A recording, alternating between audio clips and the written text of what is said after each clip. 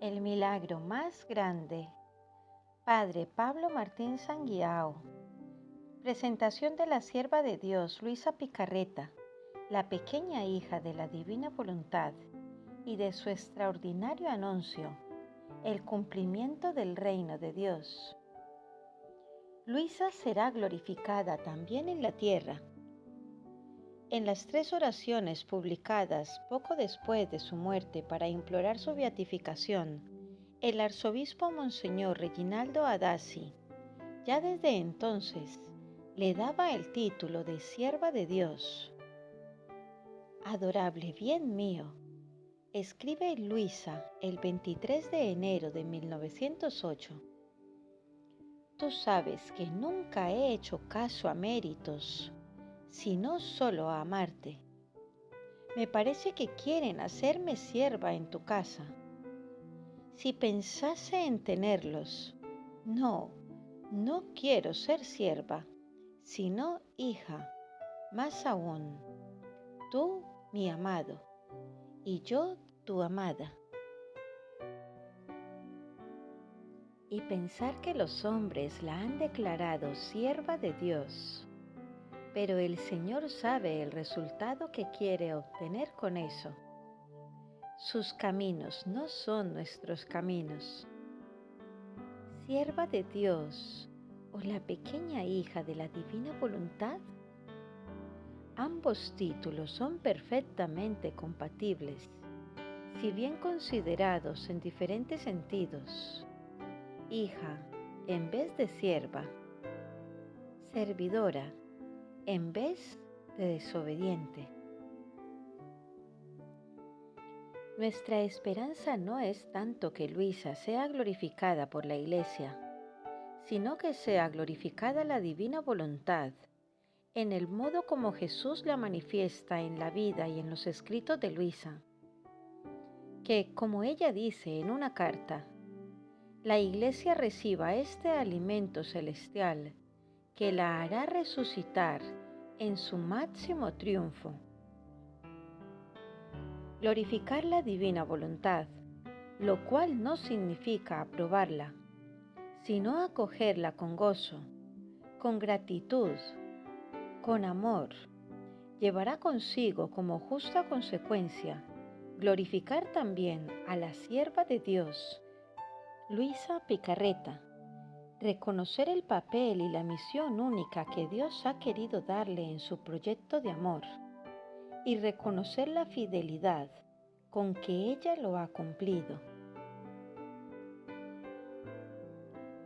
Pero pensar glorificar o beatificar a Luisa, si es que alguien lo piensa, dejando a un lado lo que ella ha vivido y tener todavía en cuarentena sus escritos durante otros 50 años, eso Dios no lo permitirá, como no habría permitido que fuera predicado un Cristo sin evangelio, ni un evangelio sin evangelizadores ni testigos. No lo decimos nosotros, es nuestro Señor quien lo dice a Luisa.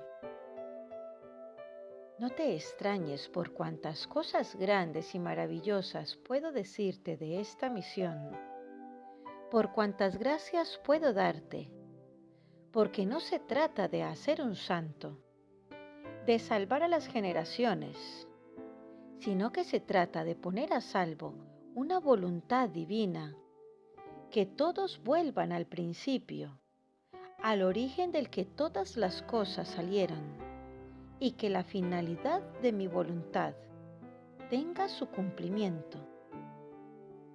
4 de mayo de 1925. Por eso te he dicho tantas veces que tu misión es grande, porque no se trata solo de la santidad personal, sino de abrazar todo y a todos y preparar el reino de mi voluntad a las generaciones humanas. 22 de agosto de 1926. Quiero el sí de las criaturas, que como cera blanda se preste a lo que quiero hacer de ella. No solo tú has de saber que antes de llamarla del todo a que viva en mi querer, la llamo de vez en cuando, la despojo de todo, le hago pasar una especie de juicio, porque en mi querer no hay juicios. Todas las cosas quedan conformes conmigo. El juicio es fuera de mi voluntad. Pero de todo lo que entra en mi querer, ¿quién se atreverá jamás a juzgarlo? Yo nunca me juzgo a mí mismo. 6 de marzo de 1919. Con palabras de San Pablo, Luisa puede decir: esas cosas que ojos no han visto, ni oídos han escuchado, ni jamás entraron en corazón humano, las ha preparado Dios para aquellos que lo aman. Pero a nosotros Dios nos las ha revelado por medio del Espíritu.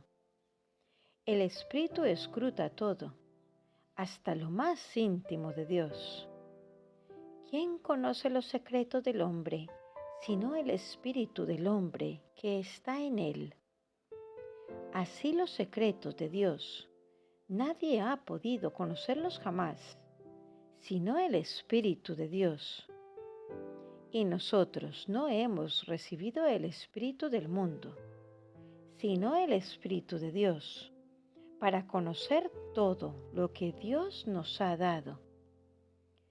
De esas cosas hablamos, no con un lenguaje, según la sabiduría humana, sino enseñado por el Espíritu, expresando cosas espirituales con palabras espirituales. El hombre carnal no comprende las cosas del Espíritu de Dios. Son locura para él y no es capaz de entenderlas, porque se pueden juzgar solo por medio del Espíritu, mientras que el hombre espiritual juzga todo y nadie puede juzgarlo, pues ¿quién ha conocido el pensamiento del Señor para poder dirigirlo? Pero nosotros tenemos el pensamiento de Cristo. Primera de Corintios 2, del 9 al 16. En cuanto a nosotros, esperamos a que llegue la autoridad de la Iglesia, como ante el sepulcro Juan esperó a que llegara Pedro para entrar. Sin embargo, nada la impidió ver y creer. Pero nosotros pidamos por quien, como Pedro, tiene la autoridad por motivo de su grave responsabilidad. La nuestra es diferente. Y Jesús dice: no te extrañes si ves que no entienden.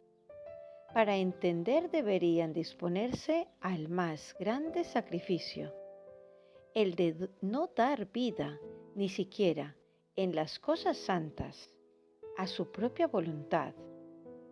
Entonces sentirán la posesión de la mía y tocarían con la mano lo que significa vivir en mi querer. Tú sé atenta, no te turbes por las dificultades que ponen, y yo poco a poco me abriré camino para hacer comprender el vivir en mi voluntad. 18 de septiembre de 1924. Sin embargo, pensamos que no serán los hombres de la Iglesia los que muestren quién es esta criatura, los que reconozcan el pueblo y la misión única que Dios le ha dado en su proyecto de amor. ¿Con qué metro humano se podría medir una obra divina? Solo puede hacerlo quien ha vivido en la tierra en la misma longitud de onda o frecuencia divina, es decir, en la divina voluntad. Es un honor reservado a la Reina del Cielo, a la Santísima Virgen. Y eso lo dice la misma Luisa al comienzo del 13º volumen de su diario. Dice el texto misteriosamente profético: continuando mi habitual estado, me he hallado afuera de mí misma, en medio de una multitud de gente. En lo alto estaba la mamá reina, que hablaba a esa gente y lloraba, tanto que, teniendo un manojo de rosas en su regazo, las mojaba con sus lágrimas. Yo no comprendía nada de lo que decía, solo veía que la gente quería hacer tumultos y la mamá celestial, llorando, le pedía que se calmara. Después ha cogido una rosa y, señalándome en medio a tanta gente, me la ha lanzado a mí. Yo la he mirado y la rosa estaba mojada de lágrimas de mi mamá querida, y esas lágrimas me invitaban a pedir por la paz de los pueblos. Fíjate.